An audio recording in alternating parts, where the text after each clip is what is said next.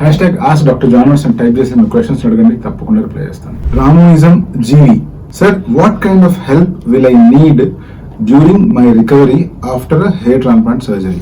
Hair transplantation surgery అనేటువంటిది regular గా జరిగే సర్జరీ కాదు. ఎవరికైతే నిజంగా అవసరం ఉంటుందో అటువంటి వాళ్ళకు మాత్రమే ఇటువంటి సర్జరీ చేస్తాం. కాబట్టి కంపారిటివ్ గా మొత్తం పాపులేషన్ లో హెయిర్ ట్రాన్స్ప్లాంటేషన్ కి సంబంధించిన నాలెడ్జ్ ఉన్న డాక్టర్స్ కానీ, లేకపోతే హెయిర్ ట్రాన్స్ప్లాంటేషన్ సర్జరీ చేయగలిగే డాక్టర్స్ కానీ చాలా తక్కువ మంది.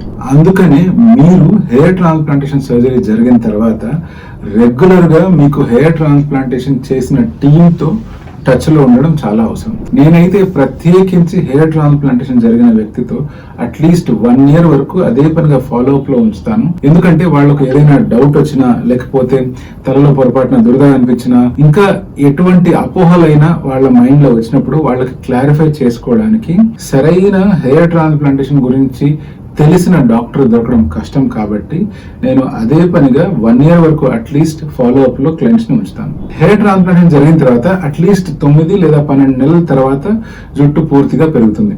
సో ఈ పీరియడ్ లో జుట్టు రాలుతున్నప్పుడు కావచ్చు, లేకపోతే జుట్టు కొత్తగా పెరుగుతున్నప్పుడు కావచ్చు, లేకపోతే సర్జరీ అయిన వెంటనే కావచ్చు, చాలా సార్లు మీకు రకరకాల డౌట్లు వచ్చే అవకాశం ఉంది.